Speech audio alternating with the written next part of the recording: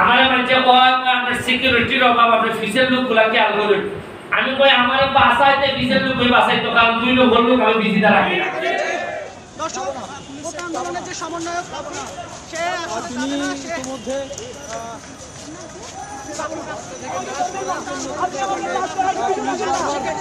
সরানোর জন্য চেষ্টা করছেন। তিনি এখানে অবস্থান দাবিতে পুলিশ বের হওয়ার পর আপনি কি একটা জিনিস বুঝেন? ব্যাপারটা কি বুঝেন? পড়াশোনা করছেন আপনি?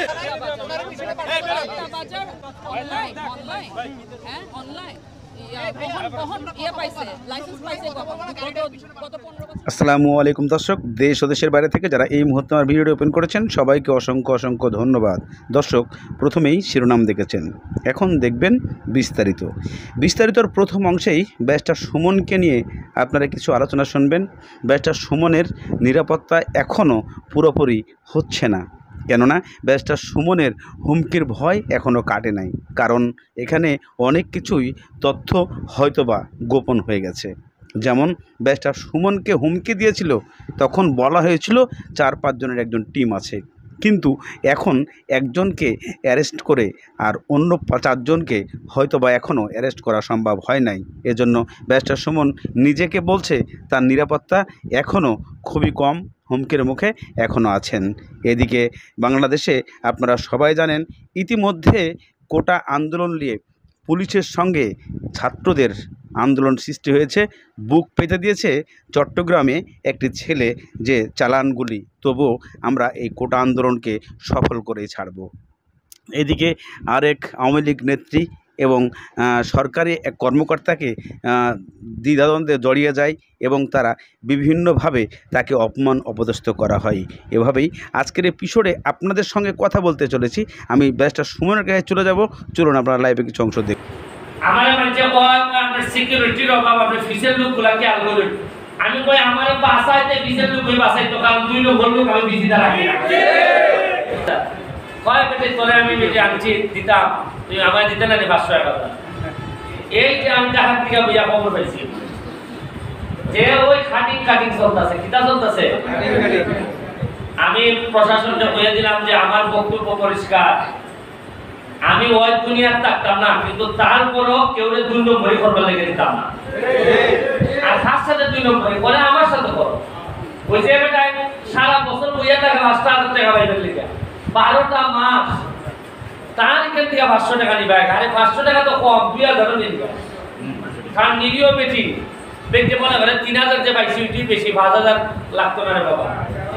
কিন্তু আমি জানি না আপনারা কিতা দিতাম পারবো, তবে জননেত্রী শেখ হাসিনার সরকার যা দিব তারে বাড়াইয়া হইলো কিছু দেওয়া, এটা আমার দায়িত্বের মধ্যে পড়ে লাগে। আপনারা আমাদের উপর ঘুরতে আছে মানুষ, কোন নির্যাতিত নিপীড়িত মানুষের পক্ষে কেউ থাকতে চায় না, সব থাকতে চায় বড় বড় হেড অবলা লোকের পক্ষে, ওই মুসলিম চেয়ারম্যানের পক্ষে, ওই বাবুর চেয়ারম্যানের পক্ষে, এরা পক্ষ থাকতে চায়। মনে করে যে আরে গরিব মরে নেই, এটা বেশি মানুষ কিছু বললে অসুবিধা কিতা, ওইটা মনে করে অনেকে, কিন্তু না। কারণ আমি এবার দেখছি যে দুনিয়ার চেয়ারম্যান, দুনিয়ার মেম্বার, দুনিয়ার এমপি হইয়া আখেরাত আমি আড়াইতাম চাই না। কারণ আখেরাতটা যদি আমার থাকতে হয় যে দুনিয়ার চেয়ারম্যান, মেম্বার এবং এমপি অবস্থায় আমি এমন কাজ করে দিতে পারতাম না যাতে আমি আখেরাত থেকে মুক্ত হইতাম না। আপনারা এখানের মধ্যে বস্তা, এক একটা বস্তার মধ্যে লেখা আছে যে কিতা কিতা পাইবে। একটা বস্তা তুলছেন দেখি একটু, এই যে এই বস্তাটার মধ্যে লেখা আছে, এটার মধ্যে কিতা কিতা আছে। বাইক নিয়ে যদি তেমন কিছু কম লাগে না তা তো আমার যোগাযোগ করবা। যদি দেখুন যে খেলায় কুস্তা ভাতলা বানাই দিছে না তা, তাইলে আবার সাংবাদিক কেন করা আছে। মাধবপুর মাশাআল্লাহ এটার অভাব নাই। আপনারা দেখতে বলবা যে ভাই সাহেব কেন কম পাইছি, এরা আমার জানাই দিব, যে ভাবে জানাই দিব। আপনারা এটা হিসাব করে নিবা। আমি অত্যন্ত কৃতজ্ঞ মাধবপুরের প্রশাসনের প্রতি, বিশেষ করে আমাদের ইয়নো সাহেব, ফয়সাল সাহেব। আপনারা তার মা খুবই অসুস্থ, তার মায়ের জন্য দোয়া করবেন। উনি অসুস্থতা, তার মায়ের অসুস্থতার কারণে আজকে আমাদের সাথে থাকতে পারেন নাই। আমরা সবাই তার এই রোগ মুক্তির জন্য দোয়া করি। এখানে এসিলেন সাহেব, পিআইও সাহেব, মানে আমি কি বলবো যে ওনাদের কাছে আমি ব্যক্তিগতভাবে কৃতজ্ঞ। যেভাবে আমি চাইছিলাম ওনারা যে আমার সহযোগিতা করতেছেন, ওনারা আমার সহযোগিতা না করলে কিন্তু আমি কষ্টই দিত আমার এইভাবে করা। আপনারা আমার জন্য দোয়া করবেন যাতে যতদিনই বাঁচি অথবা যতদিনই এমপি থাকি অন্তত আপনাদের চোখের দিকে তাকাইয়া যেন আমি বলতে পারি যে গো ভাই যা পাইছিলাম তা দিয়া চেষ্টা করছি গো ভাই, আমার সম্পদ বাড়ছে না, ওই তোমরা চেষ্টা করছি কোনো না কোনো ভাবে কিছু না কিছু দিবা। আপনারা জানেন এই যে আমি এমপিবার ফরই একটা বন্যায় পাইল, ঠান্ডায় পাইল, খরায় পাইল। আপনারা জানেন যে একেবারে নিজের টাকা খরচ করিয়া এই পর্যন্ত প্রায় 1 লাখের কাছাকাছি আমি আমের চারা কাছাচ্ছি। আইনে আপনারা গ্রামে গ্রামে বিভিন্ন জায়গায় স্কুলের মাধ্যমে আমের চারা পাঠাইছি। আপনারা জানেন আমি এমপিবার পরে নিজের পয়সা খরচ করিয়া কম্বল আনছি। আপনারা জানবা কি তার যে নিজের পয়সা খরচ করিয়া বড় বড় স্থাপনা বানাইতেছি, যে তাহলে কি আমাদের পর্যটকদের যাতে বাইরের মানুষ যেন আমরা এলাকায় বেড়াইতো আর ইতার লেগে যা যা করা লাগে আমি তা করতেছি। এটা আপনারা বুঝতে না এমপি হিসাবে আমার আপার লেভেলের যে কাজ আমি তা করতেছি। একই সাথে আপনারা যে বরাদ্দ হয় এই বরাদ্দর জন্য হাত দিতে না পারবে। যেমন আমি টাকা পয়সা যদি খালি করি না না আমি তো কোনো পয়সা নেই না পয়সা। আর আমার বিশেষ জেলায় ইলেকটে দেখা যায় কেন আইনে পড়ে মাইয়া দৌড় ধরেন আমার বিশেষ জেলায় এরা তো আমার সাথে থাকবে। আমি টাকা এনে বইয়ে দিলাম দেখো কোনো লোকে যেন কম পায় না। আর কেন এরা মাদকপুর আইও খাদ্যা বিয়ে করতে করা দেবো আমি আপনারা এইটাও বইতাম পারি। খালি টাকা পয়সা সততার পুলিশ লোক আমি না, আমার এলাকার খেটায় কিনা আমার লোক দাবি করেও যদি কোনো খাটাখাটিটা হয় তাইও খাটার দায়িত্ব আমার মধ্যে পড়ে না দিকটা এটা আমি কইয়াছিলাম। আপনারা দেখবেন না যে আমার লোক সৎ লোক সারা ঠিকঠাক আমার পিছিয়ে আমার মানে আপনার সিকিউরিটি। দর্শক বন্ধুরা, আপনারা ইতিমধ্যে ব্যারিস্টার সুমনের সে বক্তব্য শুনেছেন, যে বক্তব্যতে ব্যারিস্টার সুমন অনেক কিছু তুলে ধরেছেন। এখন সেই আমাদের প্রেক্ষাপটে যে ঘটনাগুলো পিছনে চলে গেছে সেগুলো ডেকে এনে ব্যারিস্টার সুমন ঢাকা থেকে আজকে তার নিজ এলাকায় হবিগঞ্জ 4 আসনে গেছেন। সেখানে গিয়ে উনি এই বক্তৃতায় এ কথাগুলো জানিয়েছেন। এদিকে বর্তমানে বাংলাদেশের চিটাগংয়ে যে ঘটনাটা ঘটেছে, পুলিশের সাথে একজন ছাত্রর দ্বন্দ্ব সৃষ্টি হয়ে যায় এবং রোডের মাঝ পথে দাঁড়িয়ে পুলিশের সামনে বুক পেতে দেয় চালাও গুলি। কতটা ক্ষমতা আর কতটা নৃশংসভাবে এই মানুষগুলাকে মারা নির্যাতন করা হয়, কিন্তু তবুও একজন ছাত্র বুক পেতে দিয়েছেন এই কোটাকে, মানে কোটা আন্দোলনকে সফল করার জন্য। এটা কতটা আমাদের বাংলাদেশে ভয়াবহ অবস্থায় আমরা চলে এসেছি, যেখানে ছাত্রদেরকে আগামীর ভবিষ্যৎ তৈরি করা হয়, আগামীর ভবিষ্যৎ গড়া হয় দেশ পরিচালনার জন্য। এবং এখানে একজন নেত্রী বলেন আর সরকারি বড় কর্মকর্তা বলেন, উনি এমন কিছু কথা ছাত্রদেরকে বলেন সেখানে ছাত্ররা নানাভাবে অপমান অপদস্থ করে তাকে সেখান থেকে বের করে দেয়। কিন্তু কেন আমাদের এই দেশে এই ধরনের আচরণ সৃষ্টি হয়েছে, কেনই বা পুলিশ থমকে রয়েছে, এই সব কিছু পাবেন ভিডিও শেষ অংশে। চলুন আমরা সেই চট্টগ্রামের ঘটনায় চলে যাই, তাহলেই বুঝতে পারব।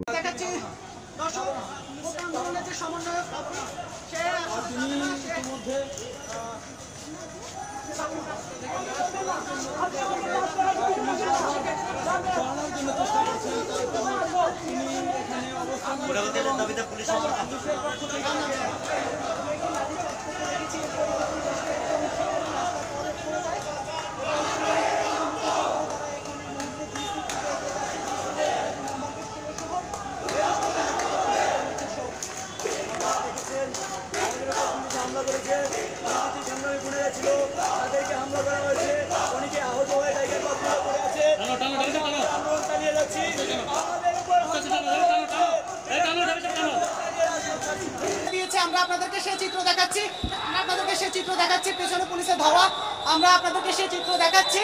এবং আমরা দর্শক 2 নম্বর গেট এলাকায়, কিন্তু 2 নম্বর গেট এলাকায় পুলিশ এবং শিক্ষার্থীদের মধ্যে ধাওয়া ঘটনা ঘটেছে। আমরা দর্শক আপনাদেরকে দেখাচ্ছি সেই চিত্র,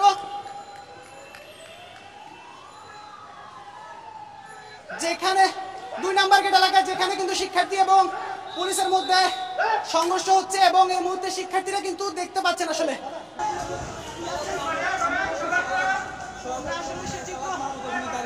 আমরা আপনাদেরকে দেখাচ্ছি। দর্শক ভোট আন্দোলনের যে সমন্বয়ক সে তিনি ইতিমধ্যে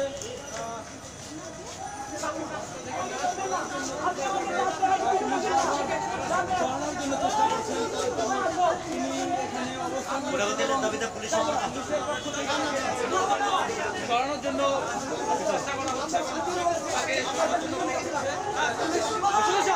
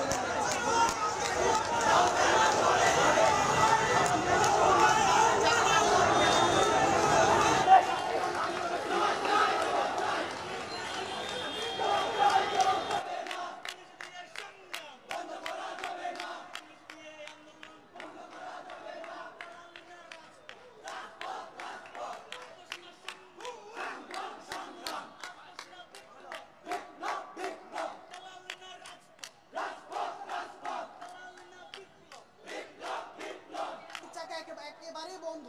মিছিলটি কিন্তু অনেকটা শান্তিপূর্ণ ছিল।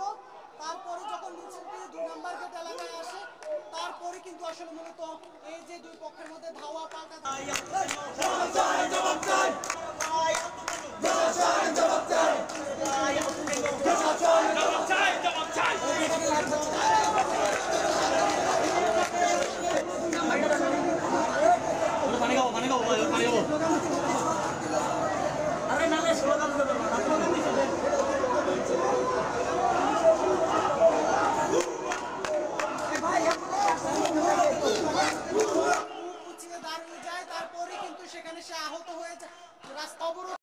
দর্শক ইতিমধ্যে আপনারা সমস্ত ভিডিও ক্লিপ দেখে ফেলেছেন এবং সেই ভিডিও ক্লিপ থেকে আপনারা কতটুকু কি যুক্তিসঙ্গত জিনিস পেয়েছেন, যা আমার আপনার সবার ভাই ব্রাদার, সবার সন্তান, সবার ছেলে মেয়ে। এই বর্তমানে আমাদের যে কোটা আন্দোলন, এখানে সবাই উপস্থিত হয়েছেন, কিন্তু আমরা গার্ডিয়ানরা এই ব্যাপারে কোনো কথা বলছি না। কারণ ওরা বোঝাতে চেয়েছে এবং ওরা অধিকার চেয়েছে যে আমরা কেন 46% বলেন আর 56% বলেন, আমরা কেন মানব? একজন ছাত্র লেখাপড়া শিখে উনি ভালো রেজাল্ট করে চাকরির জন্য আসলে কেন পার্সেন্টেজে পড়তে হবে? তাকে মেধায় কেন এত মান নিম্ন করতে হবে?